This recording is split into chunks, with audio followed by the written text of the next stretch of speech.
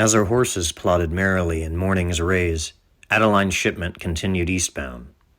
The last of the Red Isthmus Relayan land, this midsection of the world filled me brimming with nostalgia, a sensation that admittedly cooled as I'd come to recognize the various thatch huts and windmills. These hardy installments preferred wolves and raiding parties over losing the sustainable rhythm of rural life, often reminding me of my own grandparents, how they must have lived, and how dismally ruled I was by plumbing and money. A protocol that had saved Adaline whole chests of the latter mandated I ride first to the summit of any approaching hill. Doing so, I soon waved the wagon and its teamsters on. The route was banditless, giving me time to adjust myself in accordance with weeks in the saddle. Azad, a sun-brushed schizophrenia of flat desert then beshrubbed rolling hills, both littered with towering minarets, the twinkles of pit fires flickering, and then all the fortresses, their bulbous tops many and multicolored, their bodies built low, hugging blistering sand. Able to feel my ass once more, I executed my enduring ritual of spitting at Azad's westernmost minaret. The tower was a white shard on the horizon. By nightfall, the road had taken our convoy under and past her. Beginnings of desert nights are blue with enchantment. I trotted well ahead of the wagon. In my loneness, surrounded by waking stars, I breathed in the hills. What orders had I carried out on that one? On that other? Had I ever been?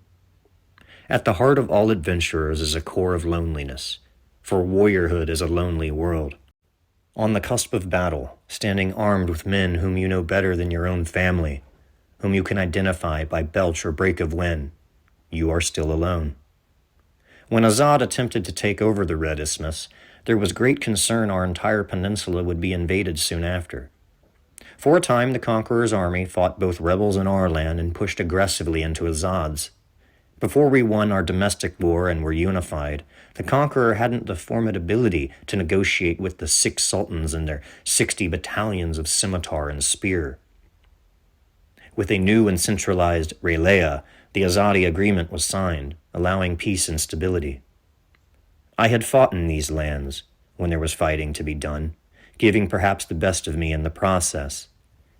I'd spied on troop movement, or watched from the observation post we'd dug the charge of the mighty Swift Saber into outmatched enemy hordes. The Conqueror had tasked us with the disruption of supply routes, giving me my most harrowing encounter when I laid 3 guards to waste after their armor clunked down right next to my burrow. The wagon caught up. I'd stopped at the fork, and even my horse seemed hesitant. We had to take the southerly path. "Is there no other way?" protested the accountant. He knew there wasn't, and his rhetoric annoyed me. A minor debate ensued, going needlessly over alternate routes that would not serve us. After talk boiled over from my assurances to the moon's gleam off my sword's withdrawn blade, he stowed any further points of argument, and the coachman guided the wagon wheels onto the uneven stone. The road from Parilgotheum to Azad was more or less a straight line. However, once deeper into the quicksand and pan shrubs, the road broke into a spiderweb of follow-on routes, some better and more traveled than their fellows. What we embarked down, now, was one that we took the least. It was less developed, for one, and hard on the horses, but the Azadi prince waiting at its end was paying Adaline a small fortune. The 3 of us clinking along did share at least one agreement. Despite handsome payments, we still thought it strange our employer would send us this way, and so soon after what had happened. But Adaline O'Varnia was as extreme in her persistence as she was all else, and we abided on. As we now bobbled down the very road Adaline had almost died on but a month ago, my unnerved colleagues had petitioned we wait until daylight. If reminding them the extra bags of silver for returning early hadn't worked, the sword certainly did. I had to admit, though, it would stay loose in the scabbard. Treks like these were tours through the dead, graveyard after graveyard, mostly slain Azadi fighters, but such plots were also broken up by burial sites older than the dunes. Passing the first of these, I was reminded of Adaline's odd talk. Well, oddity in general, but in particular her romantic talk of ghouls. I didn't want to encourage her, but I'd heard a thing or two myself about those creatures. More than just wars, the Barren Kingdom was riddled with legend and witchery. At the top of this list was the colonization of ghouls, spoken about by our prisoners as if as real as the hair on my arm. They were said to have originated in the desert's cool burrows. Many nights us white sand would mock their rumors. Men who knew no life but the one thundering in their chests or dripping off their preferred weaponry pissed on graves and stamped the ground. "Come, you," a brother had drunkenly challenged. "Lurking fucks, taste something foreign." We were told they delighted in roaming the dunes and the outskirts of villages in the guise of wild dogs, much to the lament of whatever mutt came across our arrow's range. Also, and I still remember my team leader's exact words before an especially dangerous mission. "Well, Zivan, if we don't get overrun, let's hope these ghouls eat us." Causing endless jest was the myth that ghouls could eat certain parts of a corpse, surprising widows and toppling weeping kin out of their chairs, reassuming the role of that very corpse amongst the living. Our path took us under the lee of a jagged hill. More stone in this area. All three of our horses glided a bit easier as we followed a long curve leading us by yet another patch of graves. Embedded in a plateau on the slope of the hill, on our left sat a cemetery, neglected and leering. I was hugging my saddle all the harder. The drop-off to our immediate right. There were few cliffs in Azad, but we had been bottlenecked by one of the highest. We rode closer in parts like this, the wagon's horses nearly breathing down my neck. "What was that?" the accountant whispered. "Probably just the wind. Relax." I had said that. I hadn't heard anything. "There it is again. Arcus, you don't hear that?" "Hear what?" I turned to the coachman, pulling his eyes from our left-hand side. "Don't let that coin counter rile you. Keep moving." But there was something now. There was. Coming from up on the slope. The moon had risen to shine the world into hues of black and gray. Rocks had been dislodged, and their sounds and shadows were rolling down to greet us. "Ghouls be lurking here," the coachman said. "Shut!" But then I stopped to listen. "Shut your mouth." See, jackals were prevalent in these parts. "Jackals are prevalent in these," I tried to say, and then an arrow whizzed right by my head. The wagon stopped. The horses reared as cries descended upon us. "Shit!" I freed my bow and nocked an arrow, recognizing the clink of shoddy armor immediately. Primitive Azadis, riffraff who'd either missed out on old battles or been raped by them. Now, the guerrillas waged a personal war, one they'd ensure would never be over. The wagon careened past me. When I was able to see again, what may have been 4 or 5 men was now a charging dozen. They had ran out from behind headstones to become shaking blades in the moonlight. I dropped 2 of them with as many arrows, then put 2 more in another before he had the chance to cough on me his blood.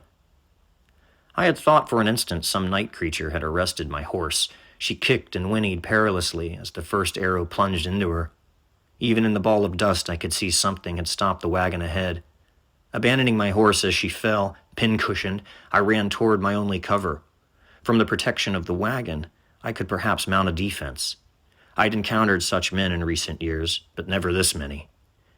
It is likely my colleagues were dead before I could climb up. I would not know, for when I was at arm's length from our wagon, I was beset by a turban with 2 swords. Both swung wildly, providing me a pocket for my own blade to pierce his foul heart and send him sprawling.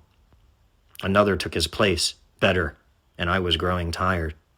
I knew admitting such a reality, this was the road to doom. I swung, he swung.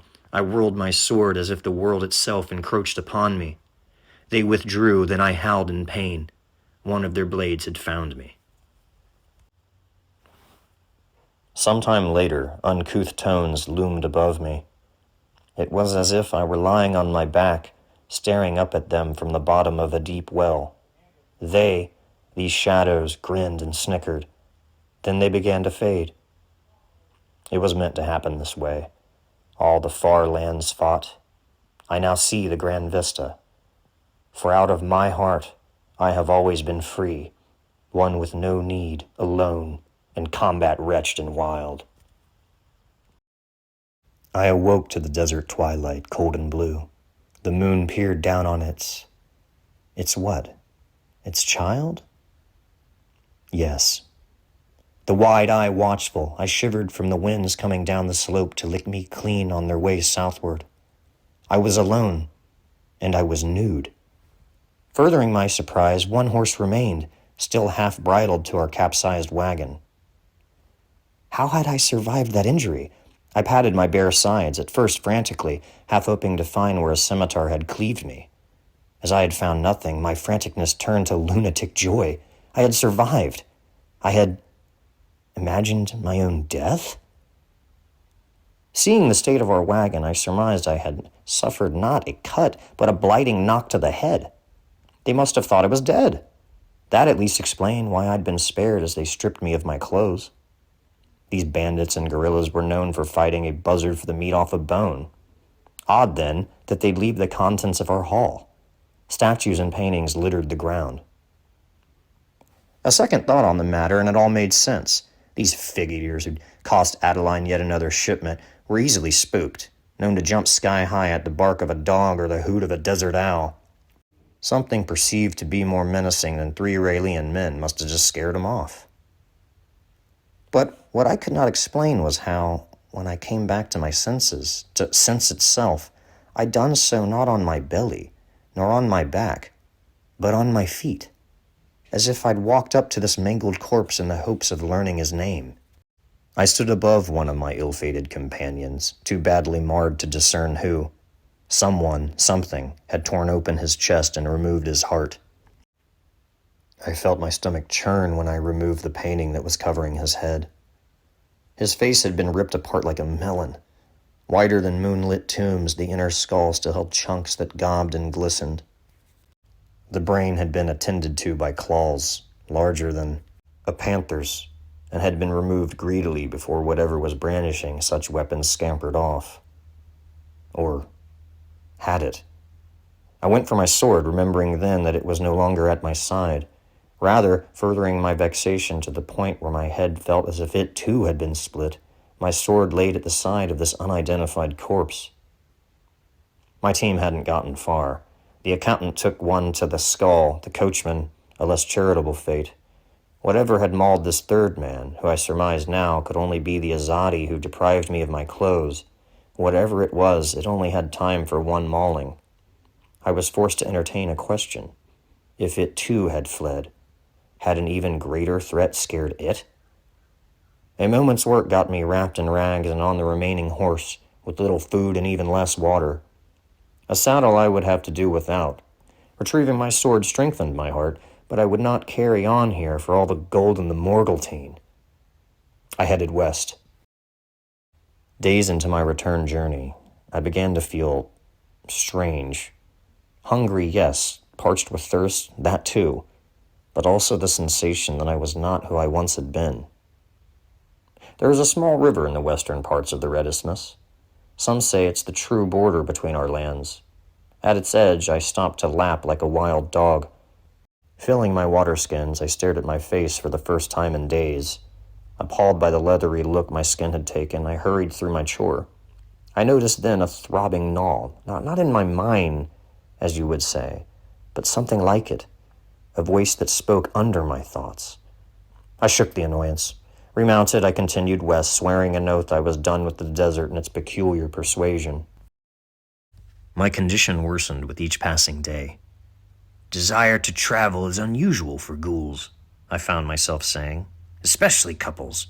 That 2 ghouls could even be a couple is more unusual yet, as their lot generally attacks and offers holes to whomever gets there first. But Goriel and Gila. Such inanities as this continued. When I would arrive home, I would visit every priest who would have me. Something had happened that night in the desert, something I could not grasp, though I felt it strengthened with each plod of the horse's hoof. Upon seeing the far-off lamps of my Peliul, "Goriel is back, world!" I howled from the disgusting back of this horse. I felt Arcus fighting for control. "Nope," I chortled. "Nope, great warrior. You're just going to have to learn to live with it. Slump down in that subconscious of yours. I mean, ours. Take a few years off." I, Goriel, couldn't go with Gila when she ate that tasty bitch, Adaline. Those brown skins had proven useful. Kill. Take the rubbish. Leave the rest. But Tasty Bitch's caravan went off the damn cliff, taking her moon skins right along with it. I was left without a body to jump in. No fancy caravan to hide from the sun in. Shut up, great warrior! Grief popped my carbuncles, this human here, Arcus. He has some stones. Took me days to wrestle him down. So anyhow, with her suddenly a moon-skinned woman, Gila developed our little plan. She was always the brains of our operation.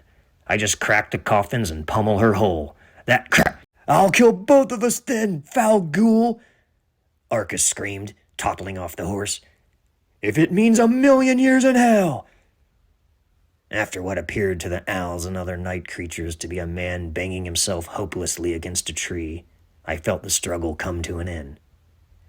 That crazy bitch pulled it off, Goriel said, getting back on Arcus's foul horse, cracking my knuckles and giving my new back a good stretch.